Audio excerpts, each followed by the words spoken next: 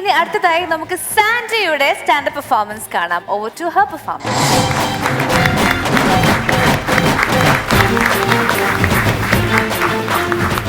Hi, by the way ഞാൻ actually വീട്ടിൽ നിന്ന് ഇറങ്ങിയ സമയത്ത് ഞാൻ സാധാരണ ഇട്ടുകൊണ്ട് നടക്കുന്ന എൻ്റെ ഷോർട്സ് അല്ലെങ്കിൽ ലൈക്ക് സ്ട്രൈപ്പുള്ള ജീൻസൊക്കെ ഇല്ലേ, അതൊക്കെ ഇട്ടുകൊണ്ടാണ് ഞാൻ സാധാരണ വീട്ടിൽ നിന്ന് ഇറങ്ങാറ്.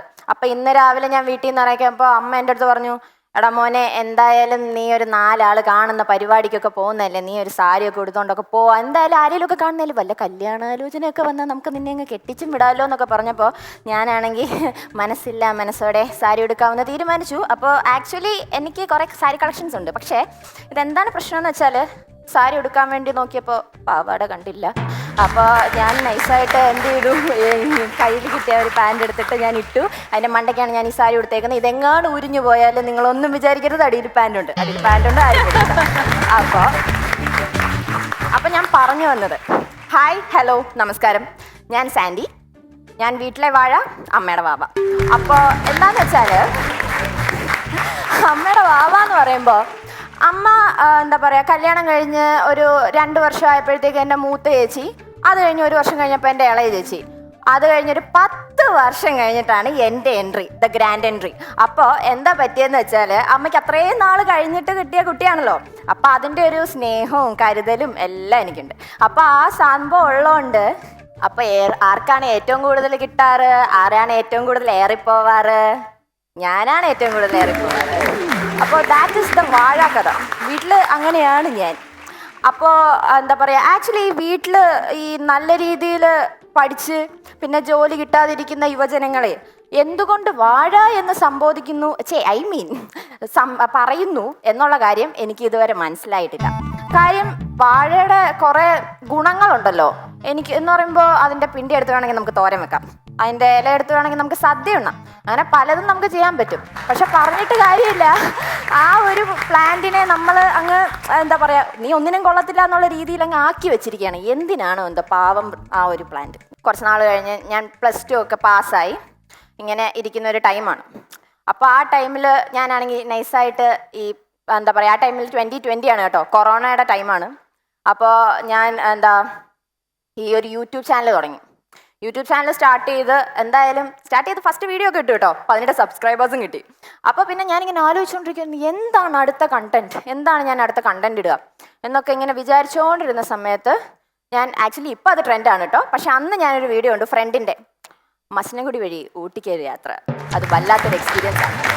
അപ്പോഴത്തേക്കും ഞാൻ എന്ത് ചെയ്തു, ഓക്കെ മൈൻഡ് സെറ്റാക്കി, ഞാനാണെങ്കിൽ ഇനി അങ്ങനെയാണെങ്കിൽ മസനഗുഡി വഴി ഊട്ടിക്കൊരു യാത്ര പോകാമെന്ന് വിചാരിച്ചു. അങ്ങനെ വിചാരിച്ച് ഞാനാണെങ്കിൽ ബാഗൊക്കെ പാക്ക് ചെയ്ത് ഞാനിങ്ങനെ പുറത്തോട്ട് ഇറങ്ങി. ഞാനാണെങ്കിൽ ഫോൺ എടുത്തു, എന്നിട്ട് ഹലോ ഗായ്സ്, ഞാനിപ്പോൾ അടുത്തതായി പോകാൻ പോകുന്നത് മസനഗുഡി വഴി ഊട്ടിക്കോണം ഗായ്സ്, അപ്പോൾ നമുക്ക് എല്ലാവർക്കും കൂടെ പോകാമെന്നൊക്കെ പറഞ്ഞുകൊണ്ട് ഞാൻ ഇൻ്റർവ്യൂ ഒക്കെ പറഞ്ഞ് ഞാൻ ഇങ്ങനെ നോക്കിയപ്പോൾ ക്യാമറയുടെ സൈഡിൽ എൻ്റെ പോരാളി ഇരിക്കുന്നു. അവിടെ സൈഡിൽ പുള്ളിക്കാരി ഇങ്ങനെ മുറ്റമൊക്കെ തൂത്തിട്ട് ചൂലൊക്കെ പിടിച്ചോണ്ട് ഇങ്ങനെ നിൽക്കുക. ഞാൻ നിന്നപ്പോഴത്തേക്ക് അമ്മ എൻ്റെ അടുത്ത് ഇങ്ങനെ ചോദിച്ചു, എടാ മോനെ എങ്ങോട്ടാ? അപ്പം ഞാൻ പറഞ്ഞു, അമ്മേ മസനഗുഡി വഴി ഊട്ടിക്കൊരു യാത്ര, അത് വല്ലാത്തൊരു എക്സ്പീരിയൻസ്. അങ്ങനെ പറഞ്ഞപ്പോഴത്തേക്കും അമ്മ എൻ്റെ അടുത്ത് പറയണേ, +2 നീയും അപ്പുറത്തെ രമണിച്ചയുടെ മോളും ഒരേപോലെ പാസ്സായി, 2 പേർക്കും ഒരേപോലെ മാർക്ക് കിട്ടി.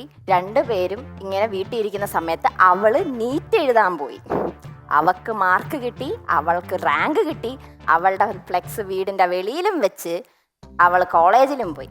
നീ ആ സമയത്ത് മസനഗുഡി വഴി ഊട്ടി കയറിപ്പോടി നാറി എന്ന് എന്നോട് പറഞ്ഞു. അപ്പം ഞാനൊന്നും നോക്കിയില്ല, ഞാൻ വീട്ടിലില്ലാത്തോട്ട് കയറിപ്പോയി. പക്ഷെ ട്രിപ്പ് എന്തായാലും പോകണമല്ലോ എന്ന് വിചാരിച്ചിട്ട് ഞാൻ എന്ത് ചെയ്തു, അതുവഴി വീടിൻ്റെ ബാക്ക് വഴി അടുക്കള വഴി ഞാൻ നൈസായിട്ട് റേഷൻ കടയിലോട്ട് ഒരു യാത്രയ്ക്ക് പോയി. അതും വല്ലാത്തൊരു എക്സ്പീരിയൻസ് ആയിരുന്നു.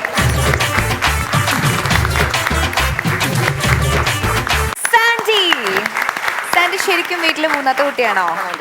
3 പേരിൽ ഏറ്റവും കൂടുതൽ കുസൃതിയുള്ള യാക്കാണോ? ആണ്. അപ്പോ സാൻഡിയുടെ പെർഫോമൻസ് എങ്ങനെയായിരുന്നു നമുക്ക് ജഡ്ജസിനോട് ചോദിക്കാം. രമേശേട്ടാ, സാൻഡി അത്യാവശ്യം രസമുള്ള പ്രകടനമായിരുന്നു കേട്ടോ, ഗംഭീരമായിരുന്നു. താൻ വന്നപ്പോൾ പറഞ്ഞതുപോലെ ഇതുവരെ ചെയ്യാത്തൊരു കാര്യം ചെയ്യുക എന്നൊരു ബക്കറ്റ് ലിസ്റ്റിൽ എഴുതിയിടുകയും അതിനിറങ്ങി പുറപ്പെടുകയും അതിനുവേണ്ടി വരികയും ഒക്കെ ചെയ്യുന്നതൊരു വലിയ അപ്രിഷ്യേറ്റ് ചെയ്യേണ്ട കാര്യമാണ്. അതിനെന്താ കാര്യം എന്ന് പറഞ്ഞാൽ ഇതുവരെ ചെയ്യേണ്ടാത്ത കാര്യങ്ങൾ ചെയ്യുന്ന ഭൂരിപക്ഷം ആൾക്കാരും അത് വളരെ പേഴ്സണലായിട്ട് ഒറ്റയ്ക്കൊക്കെ ചെയ്യുന്ന കാര്യങ്ങളായിരിക്കുള്ളൂ. ഇങ്ങനെ ചെയ്യില്ല. പല ആൾക്കാർ സിനിമ പിടിക്കാൻ വരുമ്പോൾ ഞാൻ അവരോട് പറഞ്ഞു കൊടുക്കാറുണ്ട്, നിങ്ങൾ ഒരു റിയൽ എസ്റ്റേറ്റ് ബിസിനസ്സിൽ പൈസ ഇൻവെസ്റ്റ് ചെയ്തോളൂ, വണ്ടി ബിസിനസ്സിൽ ചെയ്തോളൂ, നിങ്ങൾ മറ്റെന്തെങ്കിലും ഒരു ബിസിനസ് ചെയ്തോളൂ, അതിൽ വരുന്ന എത്ര രൂപ നഷ്ടം വന്നാലും നാട്ടുകാരറിയില്ല. പക്ഷേ നിങ്ങൾ സിനിമയിൽ ഇൻവെസ്റ്റ് ചെയ്താൽ, നിങ്ങൾ ഇതിൻ്റെ പ്രൊഡ്യൂസറാണെന്ന് നാട്ടുകാരറിഞ്ഞാൽ, നിങ്ങളുടെ എത്ര രൂപ ഇതിൽ ഇറങ്ങിയെന്നും നിങ്ങൾക്ക് എത്ര രൂപ കിട്ടിയെന്നും എത്ര രൂപ പോയി എന്നും നാട്ടുകാരറിയും. പിന്നെ എനിക്ക് ഇത്ര രൂപ കിട്ടിയെന്നൊക്കെ പറഞ്ഞാലൊന്നുമില്ല, നാട്ടുകാർ പറയും അയാളുടെ ഇത്ര കോടി രൂപ അതിനകത്ത് പോയിട്ടുണ്ട് എന്ന് എല്ലാവരും അറിയും. അതുപോലെയാണ് ഇതുപോലൊരു സ്ഥലത്ത് വന്നിട്ട് ഇവിടെ ഇപ്പം നന്നായി, ഇതിനെന്ത് സംഭവിച്ചാലും നാട്ടുകാർ മുഴുവൻ അറിയും. അതിന് വലിയ പ്രത്യാഘാതമുണ്ട് ഇവിടെ വന്ന് ഇങ്ങനെ എന്തെങ്കിലും സംഭവിച്ചാൽ. കാരണം പ്രോത്സാഹിപ്പിക്കാത്തവനും കളിയാക്കാൻ മുന്നിൽ നിൽക്കും.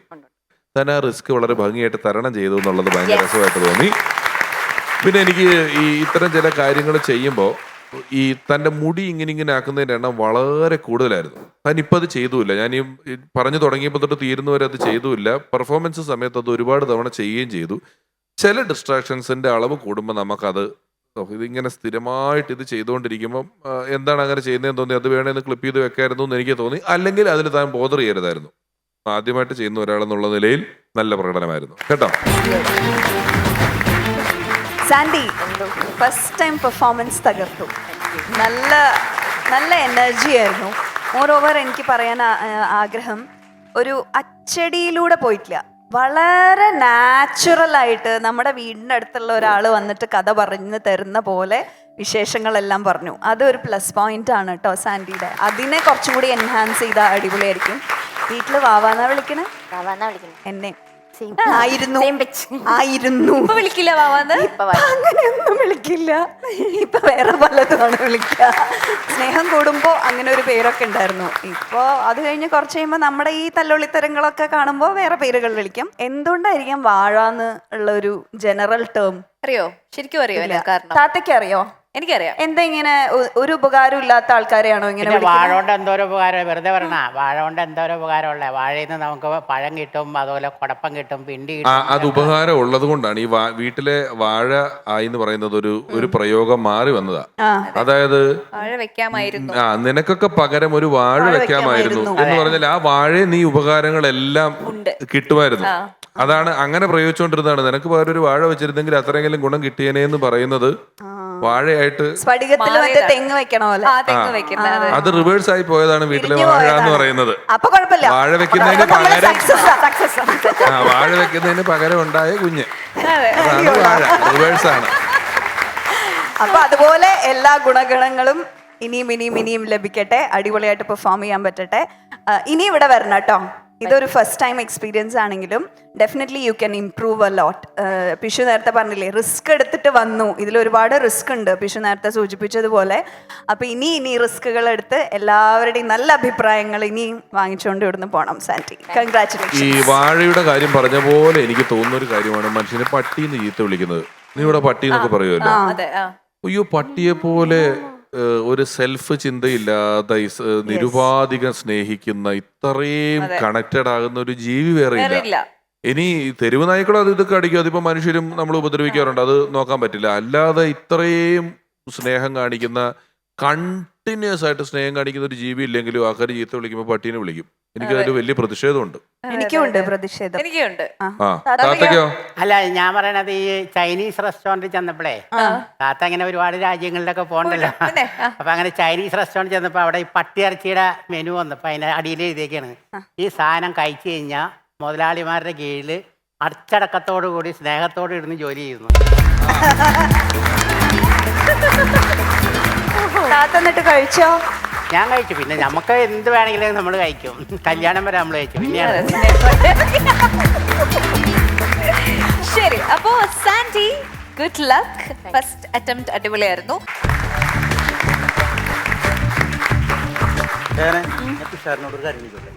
അത് എന്നോടാണോ ചോദിക്കേണ്ടേ? നിന്നോടല്ല ചോദിക്കണേ, ഞാൻ പിഷാരനോട് ഒരു കാര്യം ചോദിച്ചോട്ടെ എന്നല്ല ഞാൻ ചോദിച്ചത്. അത് നിന്നോട് ചോദിച്ചാണ് ഞാൻ പിഷാരനോട് ചോദിച്ചോട്ടെ. അതല്ല, ചേട്ടനോട് ചോദിക്കേണ്ട കാര്യം എന്നോട് ചോദിച്ചോട്ടെ. അല്ല, അങ്ങനെ പറഞ്ഞ എങ്ങനെയാണ് ശരിയാവുന്നത്? എനിക്ക് പിഷാരനോട് ചോദിക്കേണ്ട കാര്യം നിന്നോടല്ല ചോദിക്കേണ്ടത്. അത് എന്നോട് ചോദിക്കുന്നത് നേരത്തെ ചോദിച്ചാ പോരെ? എനിക്ക് എങ്ങനെ ചോദിച്ചു പിഷാരനോട് എനിക്ക് ചോദിച്ചാൽ പറ്റുള്ളൂ, അതുകൊണ്ടല്ലേ. അതിനിപ്പോ എന്നോട് ചോദിക്കുന്നത് എന്തിനാണ്? വെറുതെ എന്റെ കാര്യത്തിൽ ഇടപെടാൻ നിൽക്കണ്ട കേട്ടാ. എന്റെ പ്രശ്നങ്ങളിൽ ഇടപെടുന്ന മാറി നിൽക്കാം. ആളെന്തോ പിഷാരടി, നമ്മളൊരു അനീതി കണ്ടു കഴിഞ്ഞാൽ ഇടപെടാണ്ടിരിക്കണത് ശരിയാണോ? ഇടപെടണം, തെറ്റ് ഇടപെടണ്ടേ? അതെ അതെ. പക്ഷെ നമ്മുടെ അനീതി കണ്ട് ഇടപെട്ട് കഴിഞ്ഞാൽ നമ്മൾ ഈ ചുറ്റും നിൽക്കണവർക്കാണ് പ്രശ്നം. ആ വ്യക്തിക്ക് കുഴപ്പമില്ല, എന്താ നമ്മൾ ചോദിച്ച ആ വ്യക്തിക്ക് ഒരു കുഴപ്പമില്ല. പക്ഷെ ഈ ചുറ്റും കൂടിയിരിക്കുന്ന ആൾക്കാർക്കാണ് പ്രശ്നം. ഇപ്പൊ എന്താ ഉണ്ടായേ? ഏ എന്താ പ്രശ്നം ഉണ്ടായേ? രചനെ, ആ ഞാൻ ഒരു അനീതി കണ്ടു. ആ അതിന് കാരണക്കാരനായ ഒരാളോട് ഞാൻ കയർത്ത് സംസാരിച്ചു. ആ പക്ഷെ അയാൾക്ക് കുഴപ്പമില്ല, അയാൾ എന്നോട് മിണ്ടണമില്ല. പക്ഷെ ഈ കൂടി നിൽക്കുന്ന ആൾക്കാർക്കാണ് പ്രശ്നം. മനസ്സിലായില്ലേ? അത് ചില സമയത്ത് അങ്ങനെയാ. ആ പക്ഷെ അയാൾക്ക് കുഴപ്പമുണ്ടായില്ല, അയാൾ എന്നോട് സംസാരിച്ചില്ല. എത്ര നേരം കയർത്ത് സംസാരിച്ചു? ഞാൻ ഒരു 1.5 മണിക്കൂർ അയാളുടെ അടുത്ത് നിന്ന് ഞാൻ സംസാരിച്ചു. എന്നിട്ടും അയാൾ തിരിച്ചൊന്നും വേണ്ടിയില്ല. പുള്ളി തിരിച്ചൊരു അഭിപ്രായം ഒരു അടി പോലും അടിച്ചില്ല. അമ്മാവനെ പറഞ്ഞാൽ തീരാന്ന് പ്രശ്നം അവിടെ ഉണ്ടായിരുന്നുള്ളൂ. ശരി. ഇത് ആരോടെ സംസാരിച്ചേ? ഒരു മരിച്ചു കിടക്കണ പുള്ളിനോട്. പുള്ളിയുടെ വീട്ടിൽ ഞാൻ ചെന്നപ്പോ ദോശ തന്നെനിക്ക്. ദോശക്ക് ചട്നി കൊണ്ട് തരുമല്ല. മരിച്ചാളല്ലോ തരുന്നേ, ബന്ധുക്കളല്ലേ തരുന്നേ? ബന്ധുക്കളാ തന്നത്. എന്നാലും ഇയാൾക്ക് ഉത്തരവാദിത്തമില്ല. അയാള് മരിച്ചതിന്റെ പേരിലല്ല അവരാ ദോശ കൊണ്ടോ തന്നത് നമുക്ക്. മരിച്ചു കിടക്കണ എങ്ങനെ ഇത് ശരിയാക്കി തരും? അല്ല, അങ്ങനെ സംസാരിക്കില്ല. അങ്ങനെ അല്ല, അയാള് മരിച്ചോടത്തോട്ട് വിളിക്കാണ്ട് ചെന്നതാ ഞാൻ. കാരണം എനിക്ക് അയാളെ മാത്രം പരിചയമുള്ളൂ. മനസ്സിലായില്ലേ? അപ്പൊ അവിടെ ദോശക്ക് തന്ന ചട്നി പുളിച്ചതായിരുന്നു. കാലത്തെങ്ങോ ഉണ്ടാക്കി വെച്ച വളിച്ച ചട്നി എനിക്ക് തന്നേക്കണവര്. അപ്പൊ അത് നമ്മൾ ചോദിക്കണ്ടേ? ഇയാളോടല്ലാണ്ട് പിന്നെ ആരോടെയും ഞാൻ ചോദിക്കും? ആ കാര്യം ചോദിച്ചോട്ടെ വിശാരനോടെന്നാണ് ഞാൻ നിന്നോട് ചോദിച്ചത്. അത് എന്നോടാണോ ചോദിക്കണ്ടേ? പിന്നെ ആരോടെ ചോദിക്കണ്ട? വിശാരനോട് ചോദിക്കേണ്ട കാര്യം ചോദിക്കണ്ട. പിന്നെ ഞാൻ ആരോടെ ചോദിക്കേണ്ടത്? എന്നോട് വെറുതെ എന്റെ കാര്യത്തിൽ ഇടപെടരുത്. ഉള്ള കാര്യം ഞാൻ പറഞ്ഞേക്കാം. അല്ല, എനിക്ക് രണ്ട് സ്ഥലത്തുനിന്ന് ഈ വളിച്ച ചട്നി തന്നിട്ടുള്ളൂ. ഒന്ന് ഈ മരിച്ച വീട്ടിൽ നിന്ന്, ഒന്ന് ഇത്താടെ വീട്ടിൽ നിന്നും. വെറുതെ അനാവശ്യം പറയരുത്. എന്താണ് ഉള്ള കാര്യം ഞാൻ പറഞ്ഞേക്കാം. ഞങ്ങളുടെ വീട്ടിൽ അങ്ങനെ വളിച്ചതും പൊളിച്ചതൊക്കെ നമ്മൾ ചക്കര ഇട്ട് കൊടുക്കും. അത് ചക്കര ഇട്ട് കൊടുത്താലും പഞ്ചാര ഇട്ട് കൊടുത്താലും വളിച്ചത് തിന്നാൻ പറ്റുമോ? ഇത്താ ചക്കര ഇട്ട് കൊടുക്കുന്നല്ല പറഞ്ഞേ, പിഷ്ടാങ്കി കിടക്കണ സക്കറിനിട്ട് കൊടുക്കുന്ന പറഞ്ഞേ. അതല്ലെങ്കിൽ അതും തിന്നില്ലെങ്കിൽ ഞാൻ പിന്നെ കേശമാമന് കൊടുക്കും. അങ്ങനെയാണ് അതിന്റെ ഒരു രീതി. ഞങ്ങളുടെ വീട്ടിലെ സക്കറാണ് ഇരിക്കുന്നത്. ഇതിനേക്കാളൊക്കെ എത്ര മാന്യത ഉണ്ടായിരുന്നു വിശാല ഞാൻ മരിച്ചു കിടന്ന ആൾക്ക്. അതുപോലെ അച്ഛനോട് മിണ്ടിയില്ല മരിച്ചിട്ട്. ഇത് കണ്ടോ ആ വിളിച്ചാ പറഞ്ഞേണ്ട. ഈ പ്രശ്നം എങ്ങനെ പരിഹരിച്ചേ? ഞാൻ ആ മരിച്ച വീട്ടിലൊരു കരോക്കെ ഇട്ടിട്ട് ആ ഒരു പാട്ടങ്ങോട്ട് പാടി. ഏത് പാട്ട്? അതിപ്പോ ഞാൻ പാടിത്തരാം. അയാൾ എഴുന്നേറ്റ് ഓടിക്കാണും.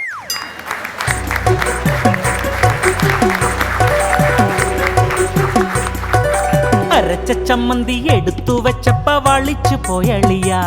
ഇന്ന് കാലത്തെ ചമ്മന്തി വൈകിട്ടെടുത്തപ്പ പുളിച്ചു പോയളിയ. നല്ല സങ്കടം വന്നെനിക്ക്, ചുട്ട ദോശക്ക് ചട്നിയില്ല. 16 നടന്ന വീട്ടിൽ ബാക്കി ബാലൻസ് വന്ന ദോശ, അത് തിന്നാൻ ചാറില്ല. അരച്ച ചമ്മന്തി എടുത്തു വെച്ചപ്പ വളിച്ചു പോയളിയ. ഇന്ന് കാലത്തെ ചമ്മന്തി വൈകിട്ടെടുത്തപ്പ പുളിച്ചു പോയളിയ.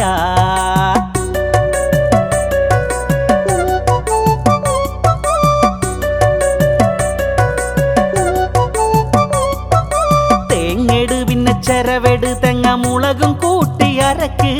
കടുകട് ഉള്ളി അരിഞ്ഞെട് എണ്ണ വഴറ്റി കോരി വിതറ്. ഇന്ന് വാശിയോടെ ദോശ തിന്നാനാശയോ, കൂടെ സാമ്പാറിന്റെ സാന്നിധ്യം ടേസ്റ്റാക്കിയോ.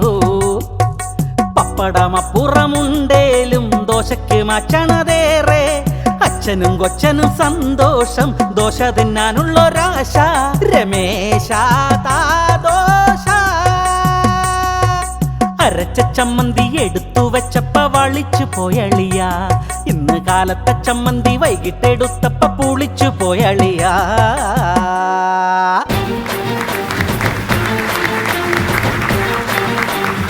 അങ്ങനെ ഇവർ രണ്ടുപേരുടെയും നല്ലൊരു അടിപൊളി പെർഫോമൻസ് കണ്ടതിന് ശേഷം ഇനി ഇവർക്ക് ലഭിക്കുന്ന മാർക്സ് എത്രയാണ് എന്നറിയാം. ഓക്കെ, ആദ്യം തന്നെ നമുക്ക് സാൻഡിയുടെ മാർക്സ് അറിയാം. രമേശ് ചേട്ടാ, സാൻഡിക്ക് ലഭിച്ചിരിക്കുന്നത് 50-ൽ 44. അപ്പോ 44 രമേശ് ചേട്ടൻ നൽകുന്നു. ആൻഡ് രചന 45. 45. അപ്പോ total 89 out of 100. Very good.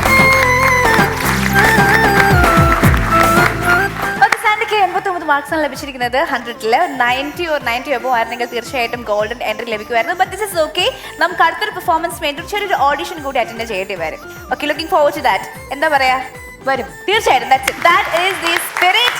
ഇനി ലിയോയുടെ മാർക്സ് അറിയാം. രമേശ് ചേട്ടാ, 50-ൽ ലിയ അൻഷാദ് നേടിയിരിക്കുന്നത് 50-ൽ 49.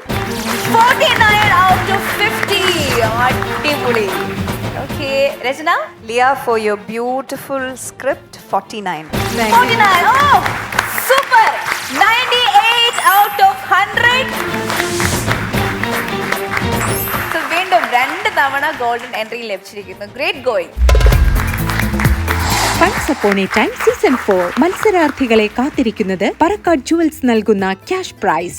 അപ്പോൾ ഇന്നത്തെ എപ്പിസോഡിലെ മത്സരങ്ങളിൽ ബെസ്റ്റ് പെർഫോമർ ആയിട്ട് നമുക്ക് ലഭിച്ചിരിക്കുന്നത് ലിയയാണ്. ലിയ, കൺഗ്രാറ്റുലേഷൻസ്. പറക്കാട് ജുവൽസ് നൽകുന്ന നല്ലൊരു അടിപൊളി പ്രൈസ് ആണ് ലിയക്ക് ലഭിക്കുന്നത്. And you also have a prize. Okay, ഇതുവരെ നൽകാനായിട്ട് നമ്മുടെ ജഡ്ജസിനെ ഒരുപാട് സ്നേഹത്തോടു കൂടി ഇതിൽ ക്ഷണിക്കുന്നു. Let's welcome Ramesh and Rachana once again onto the stage.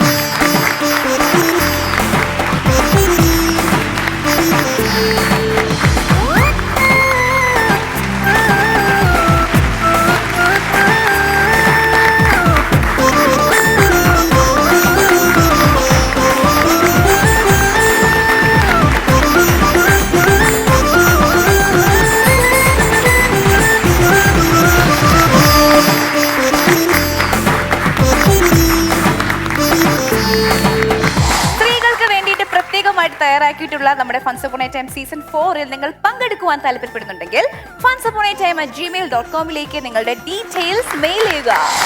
And with this നമ്മുടെ funs upon a time season 4-ന്റെ മറ്റൊരു കളർഫുൾ എപ്പിസോഡ് വൈൻഡപ്പ് ചെയ്യുകയാണ്. നമുക്ക് എല്ലാവർക്കും വീണ്ടും കാണാം. Until then, bye bye.